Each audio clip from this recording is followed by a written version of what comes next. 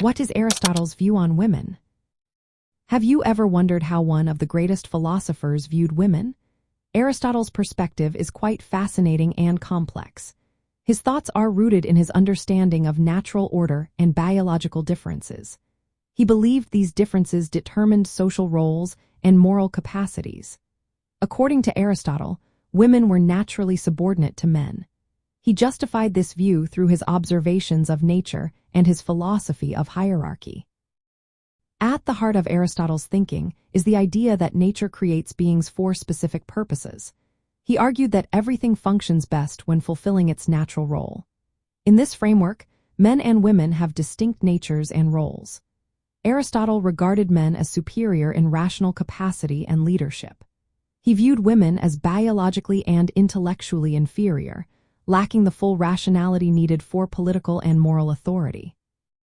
This belief was not just a social construct for him, it was grounded in nature itself. From an ethical standpoint, Aristotle did acknowledge the importance of women's happiness and virtue.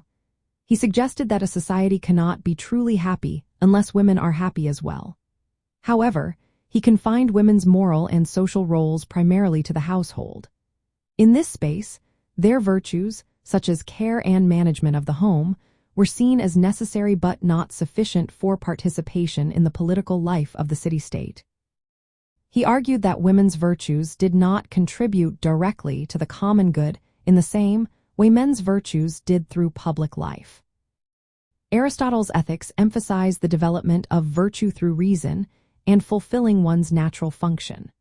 Since he viewed women as having a lesser capacity for reason and public leadership, he concluded that their moral development and human flourishing were to be realized mainly within the domestic sphere. This view reflects a natural law perspective where moral roles are tied to natural differences. From a modern viewpoint, Aristotle's views on women are often criticized for being discriminatory. Many see them as limiting women's moral agency and social participation. Nevertheless, understanding his perspective requires recognizing that his ethics were built on a teleological view of nature, where hierarchy and difference were seen as natural. In practical terms, Aristotle's philosophy justified a social order where men held political power while women were governed within the household.